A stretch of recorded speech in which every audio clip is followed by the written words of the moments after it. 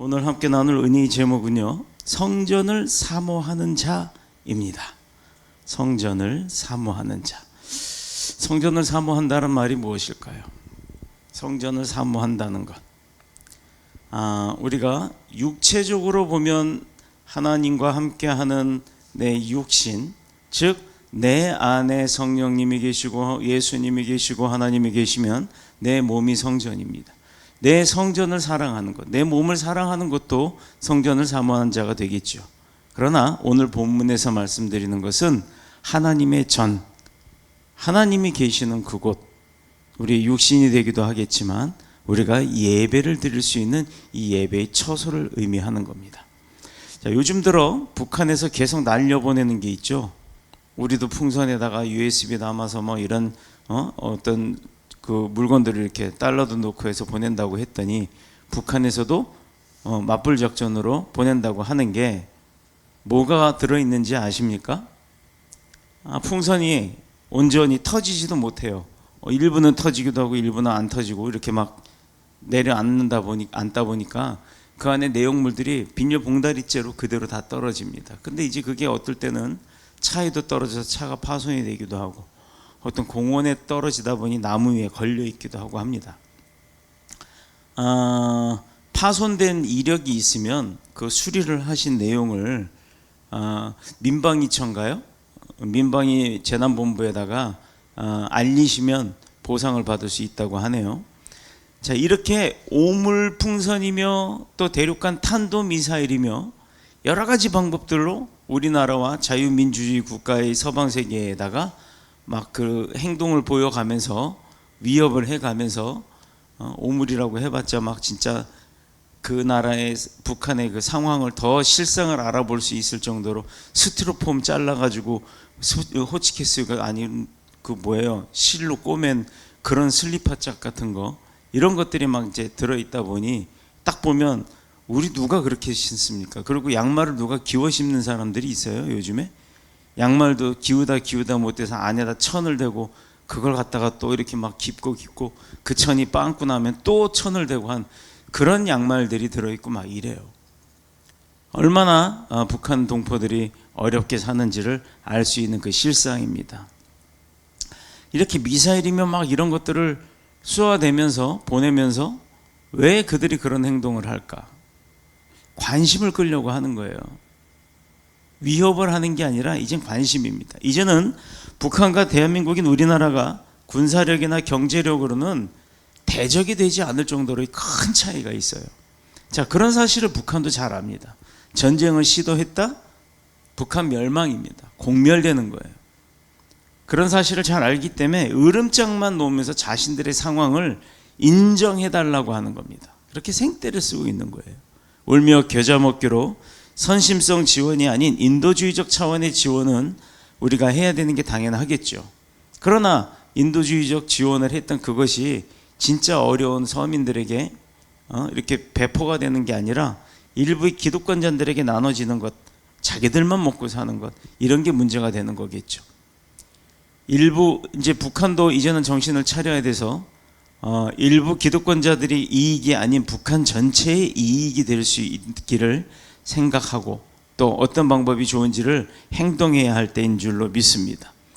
즉, 잘 사는 사람만 잘 사는 것이 아니라 어렵고 힘든 사람에게도 잘 살 수 있을 수 있도록 돌보는 그런 여유와 그런 도움에 감사할 줄 아는 그런 마음이 필요한 때입니다. 자, 우리 인생에 있어서 영육 간에 함께 복을 받아서 행복하게 잘 살면 그것보다 좋은 게 없겠죠. 자, 인간은 죄 가운데서 출생한 연약한 존재이다 보니 죄를 안 지을 수가 없어요. 자, 그렇다고 내가 원한다고 해서 내 인생을 바꿀 수 있는 그런 존재도 못 됩니다. 그래서 대부분 사람들은 사도 바울이 로마서 6장 23절에서 말한 대로 죄의 삭은 사망이다 라고 하는 그 지은 죄로 말미암아서 고통의 세월을 살아갈 수밖에 없는 겁니다. 죄를 안 지려고 하지만 때로는 이게 죄인지도 모르고 짓는 죄가 있기도 하고 죄인 줄 알면서도 내 상황이 어렵고 힘들다 보니 그 죄를 지을 때도 있다라는 거예요. 그러나 하나님의 자비하심에 따라서 그런 죄가 주는 고통의 세월을 그렇게 떠나는 삶을 살아야 되겠죠. 그러나 고통의 세월 속에서 십자가의 복음을 통해 구원받아 하나님의 자녀가 되어 영생을 선물로 받는다? 그런 복된 사람들이 있습니다. 세상에 이 사람들이 이 세상에서 살아감에 있어서 아무리 행복하고 또 자기가 원하는 그 풍족함을 다 누리고 산다고 해도 그 삶 자체에 구원이 없다고 하면 구원받지 못한 인생은요, 이 세상을 떠나는 그 순간부터 영원한 저주와 고통 속에 빠져 살 수밖에 없다라는 거예요. 아니, 가보지도 못한, 그리고 갔다가 돌아오지도 않고 그 실제로 사후세계가 있는지 없는지조차도 모르는데 그걸 자꾸 목사님이 얘기합니까?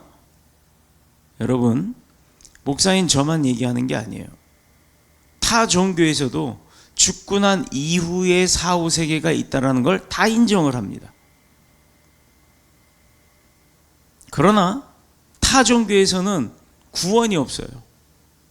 기독교에서는 구원이 있다는 것을 확신을 하고 또 증명하신 예수 그리스도를 통해서 우리가 그걸 볼 수가 있다는 겁니다. 확증할 수가 있다는 거예요. 죽음에서 다시 부활로 살아나신 예수 그리스도. 죽었다 살아나기가 쉬운가요? 그리고 만 백성들 앞에서 보여주면서 하늘로 올라가신, 또 성령을 보내주시고 다시금 와서 심판날 다시금 와서 제자들을 불러내겠다고 말씀하신 약속. 구원받지 못하는 인생은 이 세상을 떠나는 순간부터 영원한 저주와 고통 속에 산다고 얘기했죠. 자, 그러므로 우리의 죄의 대가로 말미암은 찢어지는 아픔을 겪기는 하겠지만 하나님의 영원한 안식 속에 또 축복 속에 위로하심을 주고 있다라는 거예요. 우리가 그걸 보고 그 목표를 놓고 가는 겁니다. 여러분, 어떤 사람이 가난한 사람인 줄 아세요? 어떤 사람이 가난한 사람인 것 같아요? 돈 없는 사람? 세상에선 그렇게 기준을 둡니다. 그런데 세상에서도 그 돈 없어 가난한 사람보다 더 가난한 사람이 있어요. 목표가 없는 사람, 꿈이 없는 사람, 비전이 없는 사람이에요. 내가 왜 사는지를 모르는 사람, 내가 어떻게 살아야 하는지를 모르는 사람, 내가 최후에 어디로 갈 건지를 목표를 모르고 사는 사람. 아침에 집을 나오면서 내가 어디를 갈지 모르고 그냥 무작정 대문을 나서는 사람. 여러분, 아침에 그 피 터지는 전쟁을 하잖아요. 출근길에 내가 회사를 가야 되는 사람, 목적이 있는 사람은 회사를 가기 위해서 열심히 일을 하고 나옵니다. 일을 준비하고 나옵니다. 학교 가는 학생들은 학교 등교를 위해서 일어나서 씻고 밥 먹고 막 뛰어나옵니다. 지각하지 않으려고. 그런데 회사도 안 다니고 학교도 안 다니고 갈 데가 없는 사람, 대문 밖을 떡 열고 나왔을 때 오늘 어디로 가지? 목표가 없는 사람들이에요. 우리의 목표는 어디입니까? 천국 입성입니다.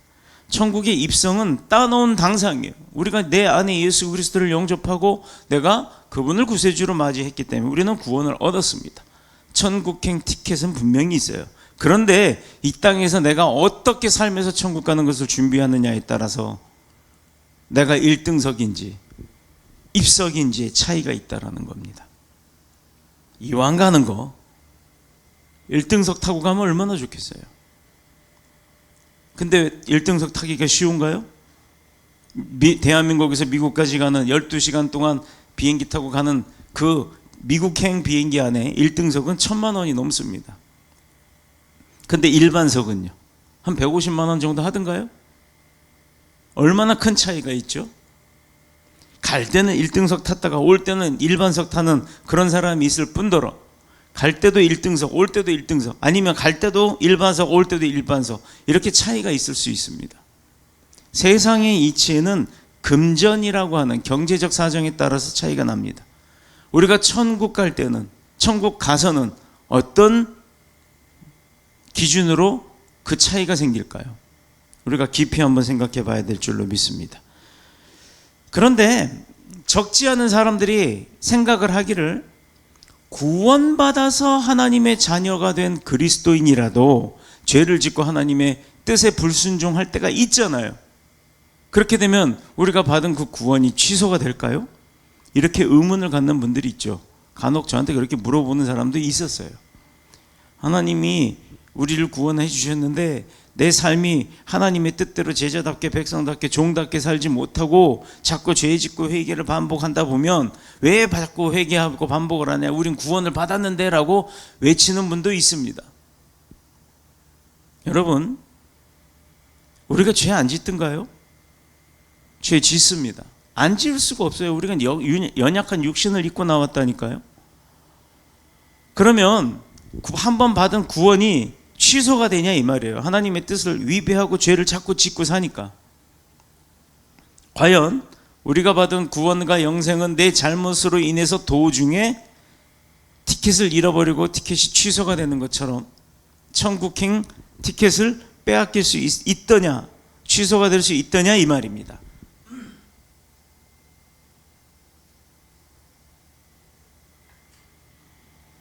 더군다나 우리를 끌어내리려고 하는 마귀가 있잖아요. 마귀, 사탄이. 이 사탄은 할 수만 있으면 택하신 자들도 삼켜 먹어버리려고 우는 사자와 같이 돌아다닌다고 했습니다. 자, 그런데 예수님은 요한복음 10장 28절에서 아주 중요한 선언을 하고 계세요. 뭐라고 선언을 하셨느냐? 제가 읽겠습니다.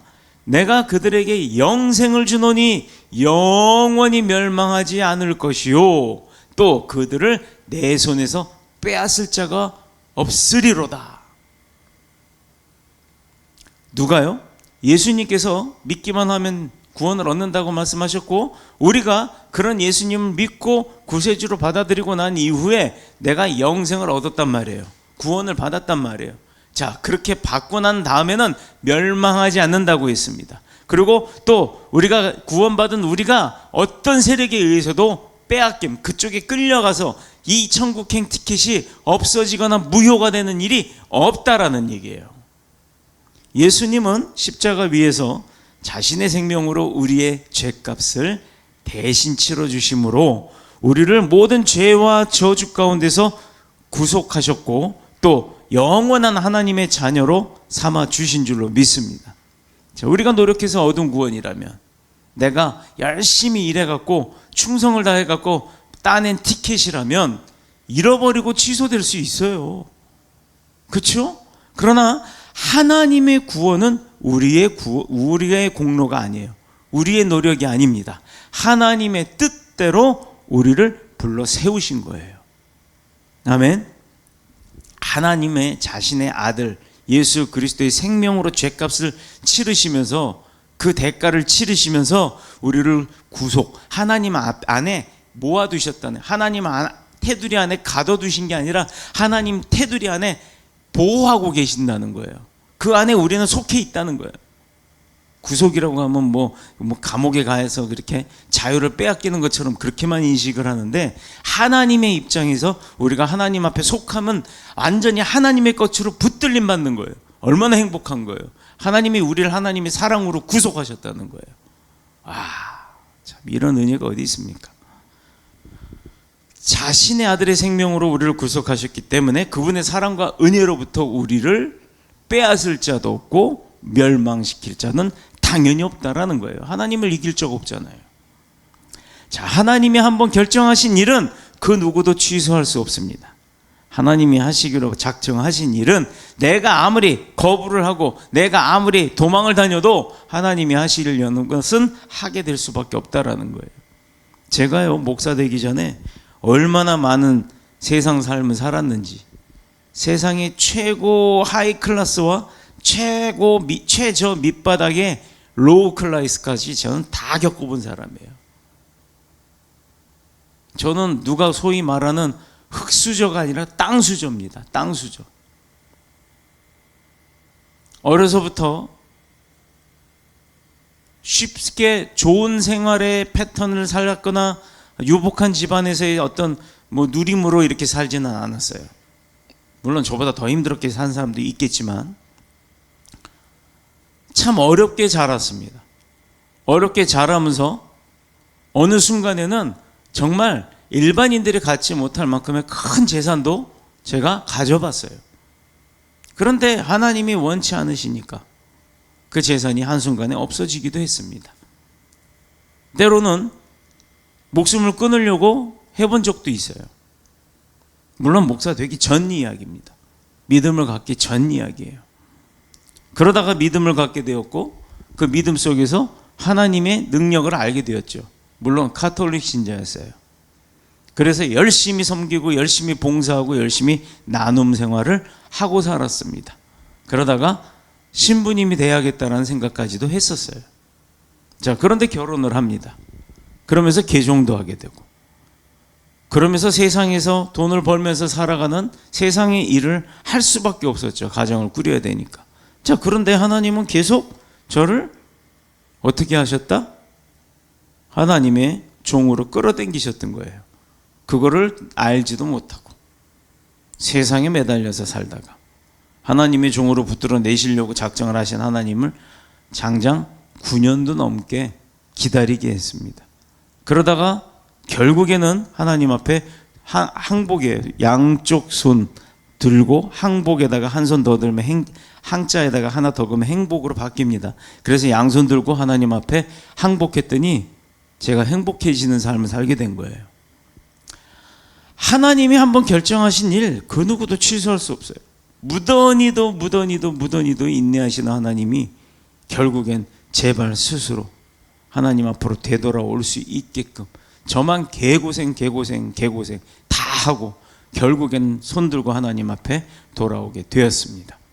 자, 그래서 그 이유, 하나님이 한번 선택하면 포기하지 않는 그 이유는 만물의 주인 창조주 하나님께서 우리의 인생도 자신의 형상에 따라서 창조해 주셨고 각각의 인생에 하나님의 계획이 섭렵해 있기 때문인 거예요. 하나님의 뜻대로 살아가면 편한데 하나님의 뜻대로 살지 않으니까 어려운 겁니다.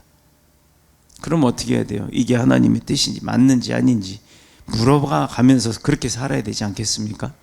그래서 사도 바울은 로마서 8장 39절에 우리를 우리 주 예수 그리스도 안에 있는 하나님의 사랑에서 끊을 수 없다라고 표현을 합니다. 지금 우리는 부족한 게 많고 연약하고 심지어는 모자란 것도 많아요. 부끄러운 것도 있습니다. 그렇지만 그럼에도 불구하고 염려할 게 없어요. 왜? 하나님은 우리의 그런 연약함을 이미 알고 계셨어요. 왜? 하나님이 만드셨는데 그거 몰라요? 내가 낳은 내 새끼 어떤 마음으로 무슨 생각으로 어떻게 살아가는지 어떤 마음으로 나한테 용돈 달라고 하는지 다 알지 않습니까? 똑같아요. 하나님께서 우리의 연약함을 잘 알고 계시기 때문에 우리를 완벽하게 구원해 주시는 것으로 우리는 믿어야 합니다. 자, 그런데 자기 자신의 생명을 희생해서 우리를 죄 가운데서 구원하고 살리신 예수님은 연약한 우리 인생을 너무나도 잘 아시기 때문에 우리에게 많은 선물을 주셨습니다. 자, 그런데 오늘 그 가운데 가장 중요한 게 뭔지 한 가지를 좀 알아볼 거예요. 자, 그건 예수님이 몸된 교회를 우리에게 주신 겁니다. 이거만큼 더 큰 게 어디 있겠습니까? 자, 그것은 예수님의 몸된 교회를 우리에게 주신 것이라고 했는데 그렇다면 우리에게 왜 교회를 주님께서 선물하셨을까? 그런 반문을 좀 한번 해봐야 되지 않아요? 그냥 주면 받고 마는가요? 누군가가 나에게 막 사과개짝으로 돈 팍 실어갖고 줍니다. 그 주는 이유가 있을 거 아니에요, 그렇죠? 누군가 자동차를 아주 멋진 큰 금액의 자동차를 하는데 선물을 해줘요. 왜 선물해 줄까요? 부자 시아버지가 며느리가 임신해서 아기 낳았다고 하니까 아기랑 잘 타고 다니라고 조그만 차 타지 마라 이것 안전하게 이 차 타고 다니라고 딱 주는 이유는 며느리를 사랑해서일까요? 손주를 사랑해서일까요? 분명히 뭔가 이유가 있기 때문에 그런 선물을 주는 겁니다. 그러면 주님이 우리에게 주신 성전을 주신 교회를 주신 그 이유는 뭘까요? 또 교회는 우리에게 있어서 무엇이고 어떤 가치가 있을까? 여러분 생각해 보신 적이 있나요? 저는 이 성전을 얻을 때 2달 동안 공사하면서 정말 많은 찬양을 내내 틀어놓고 혼자 뚝딱뚝딱 거릴 때 정말 많은 하나님과의 대화가 있었습니다. 근데 요즘은 사실 그때만큼 대화를 하지 못해요. 오늘 본문에 보면서 시편 기자의 고백이 참 놀랍지 않습니까?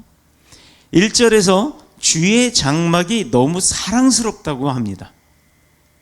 또 2절에서는 이렇게 쭉쭉 나와주면 좋은데. 예. 자, 1절 한번 볼까요? 주의 장막이 어찌 그리 사랑스러운지요. 2절에서는요. 여호와의 궁정을 사모하여 쇠약하며. 아, 뭐라고요? 궁정을 사모하여 내가 병이 났다는 거예요. 아? 여호와의 궁정을 사모하여 병이 났대요. 그 사모함이 지나쳐서 부르짖는데요. 통곡한대요. 어릴 때 학교에서 소풍만 가도 그 소풍 오는 날을 일주일 전부터 막 기다립니다. 그날 비가 안 오게 해달라고 막 믿지도 않는 하나님 앞에 막 기도도 해요. 이 전날 밤에는 아예 잠을 자지 못할 정도로 그렇게 막 설레일 때가 있었습니다.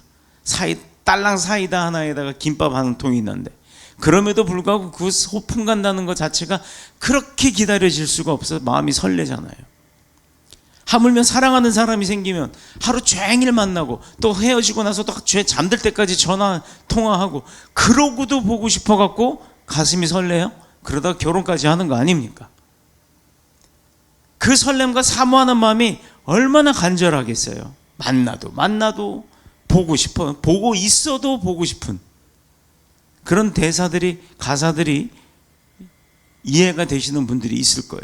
그런데 시편 기자는 사랑하는 사람이 아니라 하나님의 집인 성전, 곧 교회를 사모하다가 병이 났다는 거예요. 와, 우리 더뉴스 교회, 더뉴스 장로교회는 이런 분이 몇 분이나 있을까요? 하나님의 집, 성전, 곧 교회를 사모하는 마음에 병이 날 지경이었다. 아무리 생각해도 이거 이해가 쉽지 않습니다. 얼마나 교회를 사랑했으면.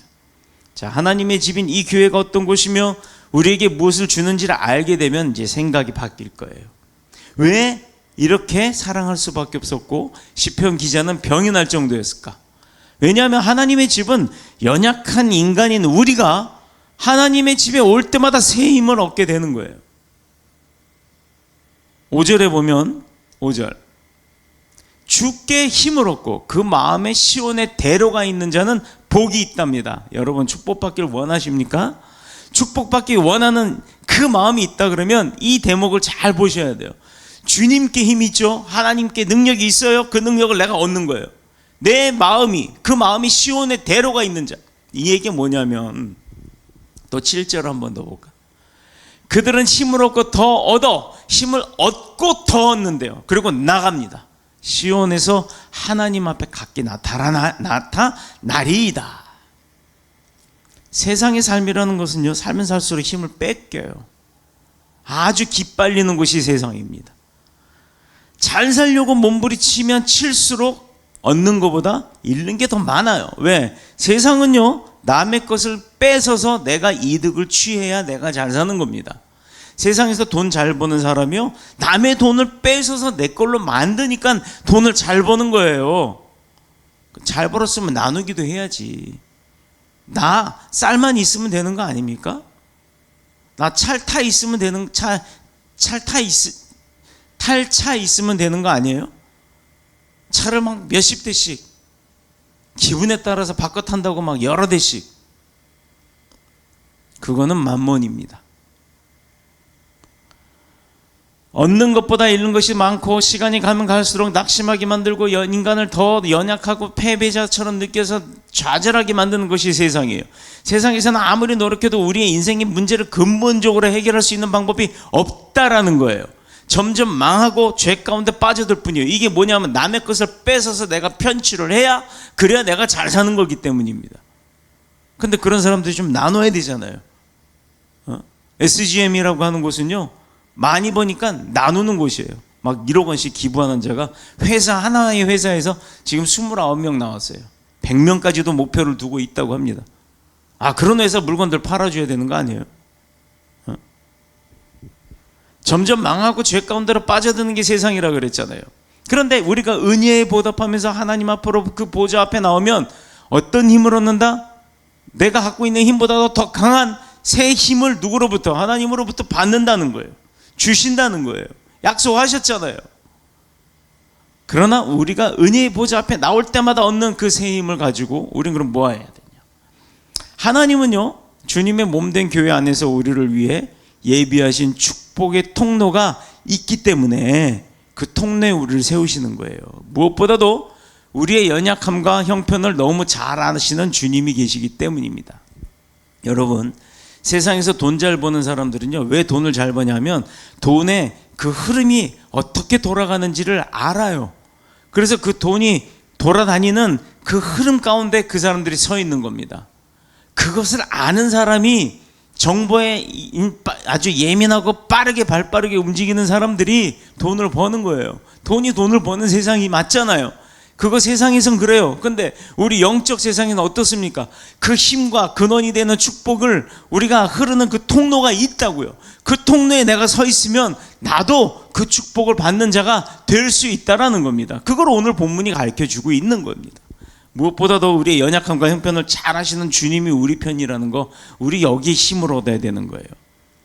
그래서 우리가 그 주님 앞으로 나아가면 힘을 얻으면 이 세상에서 얻을 수 없는 위로까지도 얻고 또 은혜의 삶을 살 수 있게 되는 것입니다. 그런데 교회를 안 나오면 되겠어요? 기도는 열심히 합니다.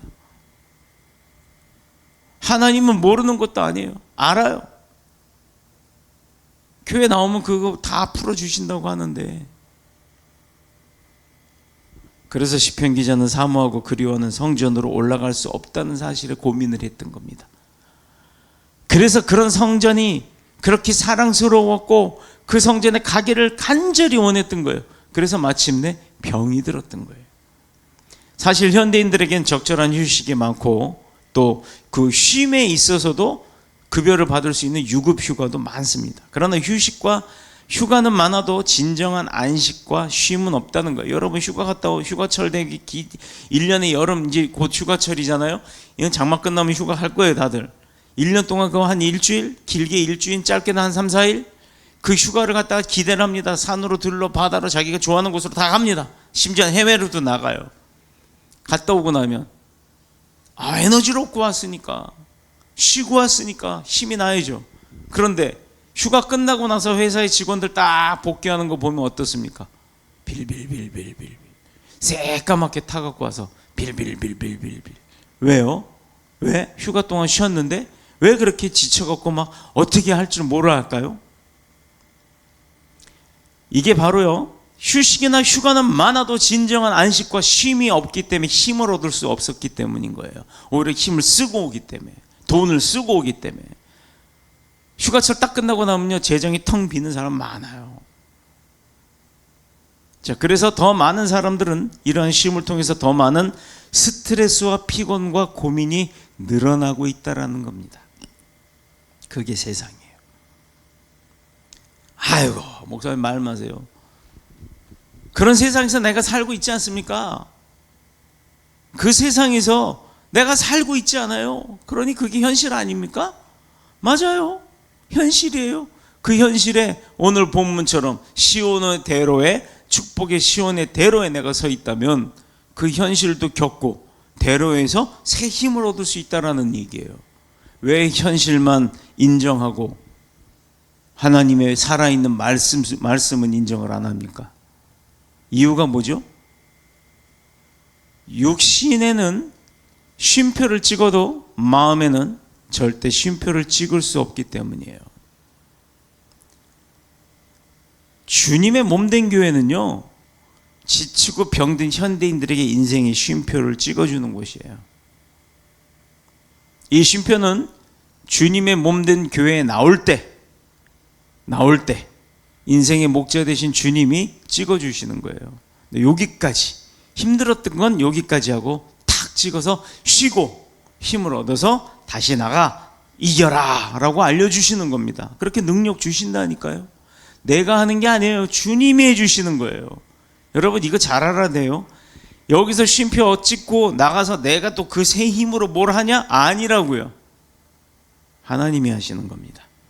그래서 우리가 쉴 수 있고 안식을 얻을 수 있는 거예요. 능력이 생기는 거예요. 내 능력이 아니라 아버지 하나님의 능력. 목자는 양의 형편을 누구보다도 잘 알아요.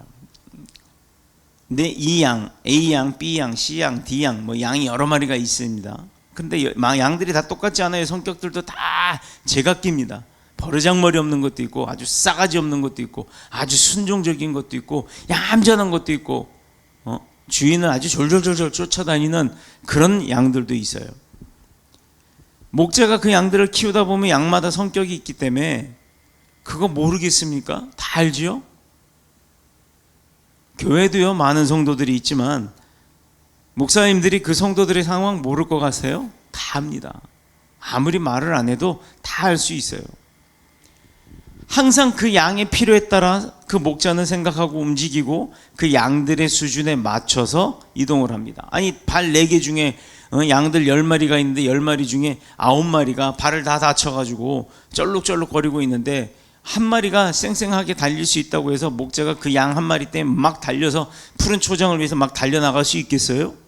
나중에 9마리는 못 쫓아오는데 목자 없는 양 9마리가 떨어지고 나면 일이나 승량이 먹이가 되고 말 텐데, 목자는요 잘 달릴 수 있는 양 한 마리가 아닌 걷기 힘들어하는 9마리의 양의 그 발걸음에 맞춰서 인도해 나가는 겁니다.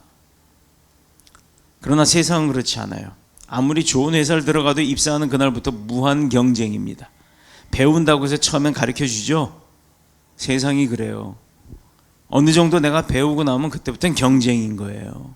실적 안 나와 보세요. 피 튀는 싸움을 하지 않으면 그 조직에서 살아날 수가 없습니다. 내가 먼저 남을 밟지 않으면 남에게 밟히는 거예요. 내가 먼저 상대방을 넘어뜨리지 않으면 그 상대방이 나를 먼저 발을 걸어버리는 겁니다.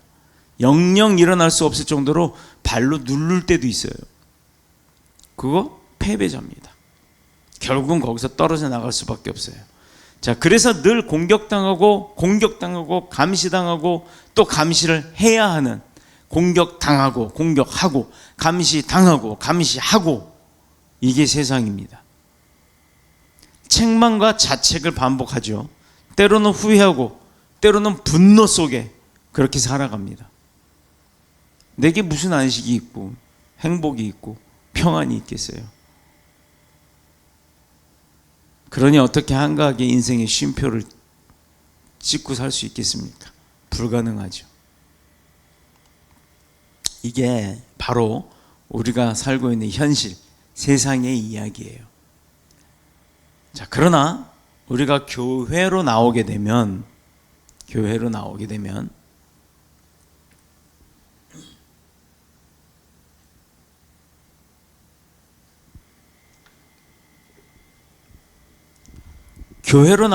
목자 되신 주님이 생명과 진리의 말씀으로 우리 안에 쉼표를 찍어주신다는 거예요. 또한 성령님의 감화하심과 도우심, 그리고 우리의 심령의 평안을 허락하시는 겁니다. 자, 그래서 주님은 말씀하셨어요. 마태복음 11장 28절, 우리 다 잘 아는 내용의 이야기. 수고하고 무거운 짐진 자들아, 다 내게로 오라. 내가 너희를 쉬게 하리라. 제가 만들어내는 말이 아니라 성경에 주님이 다 하신 말들이 기록되어 있잖아요. 쉬게 하신대잖아요. 수고하고 무거운 짐진 자들아. 세상에서 지쳐서 힘들어서 쓰러지기 직전이라도 하나님 앞에 나오면 하나님께서 쉬게 하신다는 겁니다. 새 힘을 주신다는 겁니다. 능력을 더해 주신다는 거예요. 세상의 문제를 해결하신다는 겁니다. 우리가 세상에서 이리저리 빼앗기고 힘을 잃어도 일단 주님의 몸된 교회에 내가 나오기만 하면 주님은 우리의 인생의 그 목표, 그 축복의 쉼표, 은혜의 쉼표 찍어주신다는 거죠. 새 힘을 주실 줄로 믿습니다. 세상이 아무리 어둡고 험해도 내 안에 주님이 찍어주신 쉼표가 있을 때 우리는 생명과 진리의 길로 나가게 되는 거예요. 즉 그렇게 주님의 뜻에 맞추는 삶을 살게 되면 하나님께 영광을 돌릴 수 있는 삶을 사는 겁니다. 젊은 시절에 산속에 있는 기도원에 일주일 들어갔다 나온 적이 있어요. 세상은 내가 없어졌다고 일주일 동안 아무에게도 얘기하지 않았어요. 정말 힘든 때가 있었습니다. 내 삶에 있어서, 내 인생에 있어서 정말 밑바닥이라고 생각했던 그때 기도원 일주일 동안 아무에게도 얘기하지 않고 갔다 왔습니다. 그런데요, 세상에 아무도 내가 일주일 동안 없어졌었던 것을 알지 못하더라고요. 즉, 이 얘기는 뭐냐면 내가 일주일 동안 없어졌어도 세상은 바뀐 게 하나도 없더라 이 말이죠. 우리 가정, 우리 자녀들, 내 삶의 환경은 전부 멀쩡했습니다. 자, 그게 저에게는 약간의 충격이 되기도 했죠. 자, 그러나 기도원에서 내가 은혜 받고 응답을 받고 새 힘을 얻어갖고 나오니까 내가 늘 보았던 세상인데도 그 보았던 세상이 모든 게 다 바뀌어 있다는, 달라 보였다라는 거예요. 바뀌지는 않았어도 똑같은 상황이었지만 기도원 가기 전과 후가 보이는 게 다르더라 이 말입니다. 새로워졌어요. 내 안에 주님이 쉼표를 찍어주시고 내가 그 변화된 것을 보게 되니까 모든 것이 새로워지게 되더라 이 말입니다. 이게 바로 주님이 우리 교회를 통해서 우리에게 주시는 새 힘인 거예요. 어떤 대학의 조교수가 교도소의 군의관 시절의 이야기를 한 적이 있어요. 사람을 많이 죽인 살인마가 사형 집행을 앞에다 두고 전혀 자기의 죄를 인정하지 않았어요. 아주 난폭하게 굴었습니다. 사형수니까 쟤는 곧 죽으래요. 어떤 사람들도, 그 같은 죄수들도 그를 두려워한 거예요. 건들지도 못합니다.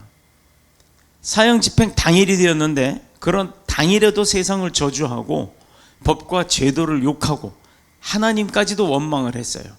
자, 이 모든 상황을 지켜봤던 군의관이 이 불쌍한 사형수를 위해서 겨울에 입고 있던 외투가 다 젖을 정도로 거기서 기도를 했습니다. 마지막으로 간절히 그 사형수를 위해서 마지막인 그 사형수를 위해서 기도를 하고 있었는데 그만 기적이 일어났죠. 어떤 기적? 사형 집행 2시간을 앞두고 마음을 바꾼 거예요. 그 사형수가 목사님에게, 군의관 목사님에게 용서를 빌고 주위 사람들에게 사과를 하고 죽기 직전에 성경 말씀을 읽어달라고 했고, 그리고 사형 집행 직전에는 회개까지 하고 세례를 받고 사형 집행 직전에 이렇게 세례 받고 회개한 이후에 형이 집행이 돼서 인생을 종쳤습니다. 마감했어요. 그런데 군의관이 그 죽음을 확인하려고 시체의 손을 딱 대는 순간에 하늘에서 빛이 쫙 내려와 그 시체를 감싸면서 말로 형용할 수 없는 아주 신비로움에 빠졌었는데, 그때 이는 내가 사랑하는 아들이라 라고 하는 음성을 들었다고 합니다. 간증이에요. 그의 영혼을 인도하시는 하나님의 임재를 그 군의관이 체험했고, 이 군의관이 그 충격, 놀랬죠. 3일 밤낮을 잠을 못 잤다고 합니다. 의사로서 도무지 설명할 수 없는 그런 현상, 또 영생과 부활에 대한 확신을 그가 얻게 되었던 거죠. 그때부터 죽음을 앞둔 사람들에 대해서는 관심을 가지고 그들을 도와주어야겠다라고 사명감을 가지고 사형수들에게 복음을 전하기 시작합니다. 나중에는 대학 교수직을 버리고 목사가 되기 위해서 미국으로 유학까지 가게 되는 그런 간증의 이야기를 제가 들은 적이 있어요. 시편 기자가 10절에서 고백하는 내용이 뭡니까? 10절. 주의 궁정에서 한 날이 다른 곳에서의 첫날보다 나은즉 악인의 장막에 사는 것보다 내 하나님의 성전 문지기로 있는 것이 좋사오니. 이렇게 고백한 이유가 뭐냐면 11절에 보면 여호와 하나님은 해요 방패시라. 여호와께서 은혜와 영화를 주시며 정직하게 행하는 자에게 좋은 것을 아끼지 아니하실 것임이니이다. 정직하게 행하는 자, 이걸 알았던 거예요. 무엇보다도 12절 만군의 여호와여 주께 의지하는 자는 복이 있나이다. 주를 의지하는 자. 세상은요 착하게 살면 혹으로 봐요. 그런데 주님은요 복으로 봅니다.